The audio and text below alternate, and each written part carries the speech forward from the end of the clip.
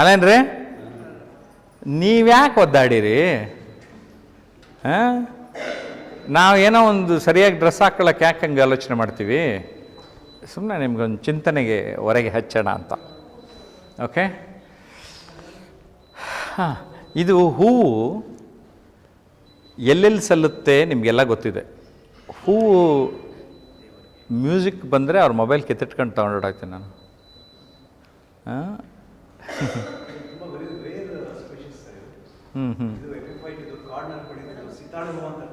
ಹೌದಾ? ನಾನೀಗ ಸರ್ರು ಡೀಟೇಲಾಗಿ ಹೊರಟೋಗ್ಬಿಟ್ರು, ಅವ್ರಿಗೆ ನಾಲೆಡ್ಜ್ ಇದೆ, ಅದಕ್ಕೆ ಹೇಳ್ತಾ ಇದ್ದಾರೆ ಡೀಟೇಲಾಗೆ. ಹಾಂ, ಅತಿ ಸುಂದರವಾದ ಹೂವಿನಲ್ಲಿ ಅದು ಒಂದು. ಈಗ ನಾನು ಜನರಲ್ಲಿ ಈ ಹೂವಿನ ಬಗ್ಗೆ ಕೇಳ್ತಾ ಇದ್ದೀನಿ. ಹೂವು ಎಲ್ಲೆಲ್ಲಿ ಬೆಳೆಸ್ತೀವಿ? ದೇವಸ್ಥಾನದಲ್ಲಿ, ಮನೆಗೆ, ಎಲ್ಲ ಕಡೆ ಬೆಳೆಸ್ತಾ ಇದ್ದೀವಲ್ಲ. ಅಂದರೆ ಅದು ಎಲ್ಲ ಕಡೆ ಸಲ್ತಾ ಇದೆ ಅಲ್ಲ. ಹಾಂ, ಬೆಡ್ ಮೇಲಿದ್ದರೆ ಫಸ್ಟ್ ನೈಟು, ಬಾಡಿ ಮೇಲಿದ್ದರೆ ಲಾಸ್ಟ್ ನೈಟು ಅಂತ ಬೇರೆ ಹೇಳ್ತಾರೆ ಅಲ್ಲೇನ್ರಿ? ಈಗ ಯೋಚನೆ ಮಾಡಿ. ಈಗ ಸರ್ ಪ್ರಪಂಚ ಹಂಗಿದೆ ಸರ್, ಹಿಂಗಿದೆ, ಎಷ್ಟೊಂದು ಜನ ಅಂದರೆ ಈ ಹೂವಿನ ವ್ಯಕ್ತಿತ್ವ ಇರೋ ಹಾಗೆ ನಾನು ಯಾಕೆ ಸಲ್ಲಲು ಆಗುವುದಿಲ್ಲವ? ನಾನು ಯಾಕೆ ಎಲ್ಲೆಡೆ ಸಲ್ಲಲು ಆಗುವುದಿಲ್ಲ? ಕೆಲವರು ಮನೇಲಿ ಮಾತ್ರ ಚೆನ್ನಾಗಿರೋದು, ಇನ್ನು ಕೆಲವರು ಬರೀ ಆಫೀಸಲ್ಲಿ ಮಾತ್ರ ಚೆನ್ನಾಗಿರೋದು, ಇನ್ನು ಕೆಲವರು ಸೊಸೈಟಿಲಿ ಚೆನ್ನಾಗಿರೋದು ಅಲ್ವಾ? ಸೊ ವ್ಯಕ್ತಿತ್ವ ಹೇಗಿರಬೇಕು?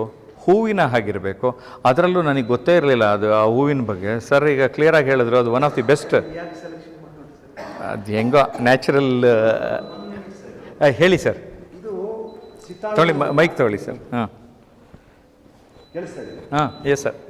ಇದು ಕನ್ನಡದಲ್ಲಿ ಸೀತಾಳೆ ಹೂ ಅಂತ, ಇಂಗ್ಲೀಷ್ನಿಂದ ಆರ್ಕಿಡ್ಸ್. ತುಂಬ ಅಪೂರ್ವವಾಗಿ ಬೆಳೆಯುವಂಥ, ಅತಿ ಎತ್ತರವಾದಂಥ ಪ್ರದೇಶದಲ್ಲಿ ಮಾತ್ರ ಬೆಳೆಯುತ್ತೆ. ಇದು ಎಪಿಫೈಟ್ ಅಂದರೆ ಅಪಸಸ್ಯ, ಅಂದರೆ ಇದು ಪರಾವಲಂಬಿ ಸಸ್ಯ ಅಲ್ಲ. ಕೊಂಬೆಗಳ ಮೇಲೆ, ರೆಂಬೆಗಳ ಮೇಲೆ ಎಲ್ಲಿ ನೀರಿನ ಪ್ರಮಾಣ ಜಾಸ್ತಿ ಇರುತ್ತೋ ಅಲ್ಲಿ ಬೆಳೆಯುತ್ತೆ. ವಾತಾವರಣದಲ್ಲಿರುವಂಥ ನೀರಿನಂಶವನ್ನು ತೆಗೆದುಕೊಂಡ್ಬಿಟ್ಟು ದೊಡ್ಡದಾಗಿ ಬೆಳೆಯುತ್ತೆ, ಒಂಥರ ಪೊದೆಯಾಗಿ ಸಣ್ಣದಾಗಿ. ಇದಕ್ಕೆ 18-19ನೇ ಶತಮಾನದಲ್ಲಿ ಒಂದು ಬ್ರಿಟಿಷ್ ಪೀರಿಯಡ್ನಲ್ಲಿ ಬ್ರಿಟಿಷ್ ಅಧಿಕಾರಿಗಳಿದ್ದಾಗ ಯುರೋಪ್ನಲ್ಲಿ ಒಂದು ಕೈಯಲ್ಲಿ ಬೆಳೀತು. ಯಾರ ಮನೆಯಲ್ಲಿ ಈ ಹೂವು ಗಾರ್ಡನ್ನಲ್ಲಿ ತೂಗಾಡ್ತಾ ಇರುತ್ತೋ ಅಥವಾ ಯಾರ ಮನೆಯಲ್ಲಿ ಇದನ್ನು ಬೆಳೆಸ್ತಾರೋ ಅವರನ್ನು ತುಂಬ ರಾಯಲ್ ಅಂತೇಳಿ ಟ್ರೀಟ್ ಮಾಡ್ತಾರೆ. ಇದು ಬೆಳೆಸುವಂಥದ್ದು ಯಾವತ್ತಕ್ಕೆ ಹೋಯ್ತು ಅಂದರೆ, ಕಾಡಿನಲ್ಲಿರುವಂಥ ಅಪರೂಪವಾಗಿರುವಂಥ ಸಸ್ಯಗಳೆಲ್ಲ ತಂದು ಮನೆಯಲ್ಲಿ ಬೆಳೆಸಲಿಕ್ಕೆ ಸ್ಟಾರ್ಟ್ ಆಯಿತು. ಆರ್ಕಿಡ್ ಹೂವಿನ ಒಂದು ಬೆಳೆಸುವಂಥ ಒಂದು ಕಲ್ಚರ್ ಇದೆ, ಆರ್ಕಿಕಲ್ಚರ್ ಒಂದು ಜಲವಾಗಿ ಪರಿಣಮಿಸಿತು. ಸೊ ಹಾಗಾಗಿ ತುಂಬ ಅಪರೂಪವಾಗಿರುವಂಥ ಒಂದು ಹೂ ಇದು. ನಮ್ಮ ಕರ್ನಾಟಕದಲ್ಲಿ ಚಿಕ್ಕಮಗಳೂರು, ಆಮೇಲೆ ಶಿವಮೊಗ್ಗ ಆ ಕಡೆ ಎಲ್ಲ ದಟ್ಟವಾದ ಕಾಡಿನಲ್ಲಿ ಸಿಗುತ್ತೆ. ಬಳ್ಳಾರಿಯಲ್ಲಾದರೆ ಸಂದೂರ್ ಫಾರೆಸ್ಟ್ನಲ್ಲೆಲ್ಲ ನಾವು ಅದ್ರ ಬಗ್ಗೆ ರಿಸರ್ಚ್ ವರ್ಕ್ ಮಾಡಿದ್ವಿ. ಇಂಡಿಯಾದಲ್ಲಿ ಅತಿ ಚೆನ್ನಾಗಿ, ತುಂಬ ಚೆನ್ನಾಗಿ ಸಿಗುವಂತಂದರೆ ವೆಸ್ಟರ್ನ್ ಘಾಟ್ಸು, ಆಮೇಲೆ ಈಸ್ಟರ್ನ್ ಘಾಟ್ಸು, ಆಮೇಲೆ ಈ ಕಡೆ ಕಾಸಿ ಪರ್ವತಗಳು ಅಂತ ಬರುತ್ತೆ. ನಾರ್ತ್ ಈಸ್ಟರ್ನ್ ಸೈಡ್ಸ್ನಲ್ಲಿ ಮಾತ್ರ ಇದು ಬರುತ್ತೆ.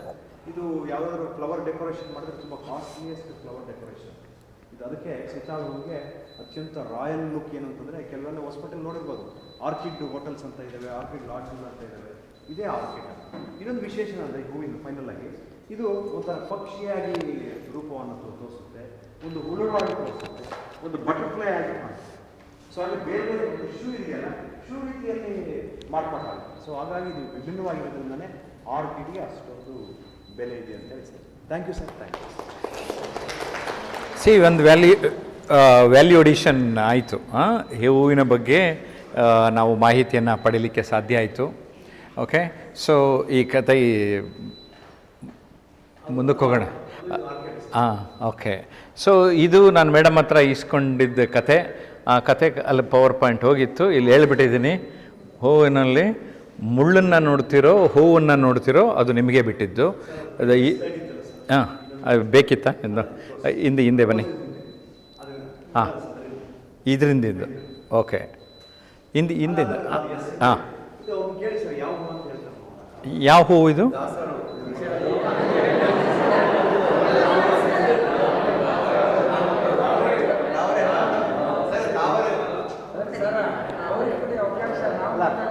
ನೀವು ಇಲ್ಲ ತಾವರೆ ಅಂತ ಹೇಳಿದ್ರಿ, ಅಲ್ಲ ನಾನು ಹೇಳ್ತೀನಿ, ಇದು ನೈದಿಲೆ ಅಂತ. ತಾವರೆ ತಾವರೆ ಅಂದ್ರೆ ದೊಡ್ಡದಾಗಿರುತ್ತೆ. ಅದಕ್ಕೆ ನೈದಿಲೆ ಯಾಕೆ ಹೇಳ್ತೀವಿ? ಕೆಸರಿನಲ್ಲಿ ಬೆಳೆ ಲಿಲಿ ಇದು ದೊಡ್ಡದಾಗಿ ಲೋಟಸ್ ಲಿಲಿ. ಸೊ ಎಲ್ಲರೂ ನಾವು ತಾವು ಓಕೆ, ಗುಡ್. ನೆಕ್ಸ್ಟ್ ಇರಲಿ, ಅದಷ್ಟು ಬೇಡ ಅಂತ. ಓಕೆ, ಇದು ಮಹಾಭಾರತದ ಕಥೆ ಹೇಳಿದ್ನಲ್ಲ, ಅದ್ರದ್ದು ಅಡ್ವಾನ್ಸಾಗಿ ಹೇಳಿದೆ ಅಷ್ಟೇ. ಓಕೆ, ಲೋಟ ತೋರಿಸ್ಬಿಟ್ಟೆ, ಖಾಲಿ ಅಂತ ನೋಡ್ತೀರಾ, ಪೂರ್ತಿ ಇರೋ ನೀರಿನ ಕಡೆ ಗಮನ ಅಂತ ನೋಡ್ತೀರಾ. ಇದು ಎಕ್ಸ್ಪ್ಲೈನೇ ಮಾಡಬೇಕಾಗಿಲ್ಲಲ್ಲ. ಹಾಂ, ನಾನು ಬೇರೆ ಹೇಳ್ಬಿಟ್ಟೆ ಬೆಳಗ್ಗೆ 90 ವರ್ಷದವ್ರ ಮೇಲ್ಗಡೆ ಜಾಸ್ತಿ ನನಗೆ ಪರಿಚಯ ಇದ್ದರು ಅಂತ. ಸೊ ಏಜು ನನ್ನ ಕೆಲವರೆಲ್ಲ ಏಜ್ ಆಗೋಯ್ತು ಎಲ್ಲ. ನಾನು ಆ್ಯಕ್ಚುಲಿ ಇನ್ನೊಂದು ಡಿಪಾರ್ಟ್ಮೆಂಟಲ್ಲಿದ್ದಾಗ ನಾನು ಟಿ ವಿನಲ್ಲಿದ್ದೆ ಅಂತ ರಿಟೈರ್ಮೆಂಟ್ ಡೇ ದಿನ ಯಾರ್ಯಾರು ರಿಟೈರ್ ಆದ್ರೂ ನನ್ನೇ ನಿರೂಪಣೆ ಮಾಡೋಕ್ಕೆ ಕರೆಯೋರು. ನೋಡಿವೆ ಮುಖ, ಇನ್ನೇನು ನಾಳೆ ರಿಟೈರ್ ಆಯ್ತೀವಿ ಅಂತ ಅರ್ಧ ಸತ್ತೋಗಿರೋರು. ಸೀರಿಯಸ್ಸಾಗಿ ಹೇಳ್ತಾ ಇದ್ದೀನಿ, retirement day is not your death day. ಕೊನೆ ದಿನನೇ ಬರೀ ಸರ್ವೀಸಿಂದ ರಿಟೈರ್ ಆಗೋದು. Okay, so how to live your life, work on that. Okay, ಇದು ನಮ್ಮ ಚಿತ್ರಗಾರರು ತುಂಬ ಚೆನ್ನಾಗಿ ಬರ್ಕೊಟ್ಟಾರೆ. ಇದು ಎಷ್ಟು ನೀಟಾಗಿ ನಾವು ಹಿಂದೆ ನೆಗೆಟಿವಿಂದ ಫೋಟೋ ತೆಗಿತಾ ಇದ್ವಿ, ಕರೆಕ್ಟಾ?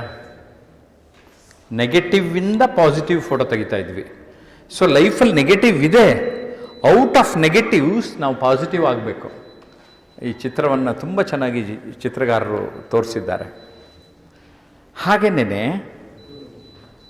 ನಾವೆಲ್ಲ ಒಂದು ಸ್ವಲ್ಪ ಸ್ಕಿನ್ ಹಿಂದೆ ಇರೋದೆಲ್ಲ ಎಲ್ಲರೂ ಒಂದೇ ಥರ ಇದ್ದೀವಿ.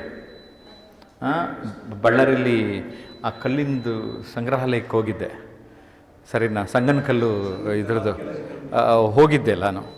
ಆಗ ಅಲ್ಲಿನೂ ತಲೆಬುಡ್ಡೆಗಳು ಇಟ್ಟಿದ್ದಾರೆ, ಒಂದು 10-12. ಹೆಂಗೆ ಕಾಣಿಸ್ತೀವಿ ಸತ್ತ ಮೇಲೆ ಬುರ್ಡೆ ಹೆಂಗಿದೆ ಅಂತ ನೋಡಿರಲಿಲ್ಲ ಅಂತ ಒಂದು ಸರಿ ನೋಡ್ಕೊಂಬನ್ನಿ. So it is actually, so how you look at things ಅನ್ನೋದಕ್ಕೆ ಕಲಾವಿದರು ಈ ಥರ ಒಂದು ವ್ಯಾಖ್ಯಾನ ಮಾಡಿದ್ರು. ಆಮೇಲೆ ಪ್ರಾಬ್ಲಮ್ ನಾನು ಹೇಳೋದಲ್ಲ, ಟೇಕ್ ಇಟ್ ಈಸಿ ಪಾಲಿಸಿ.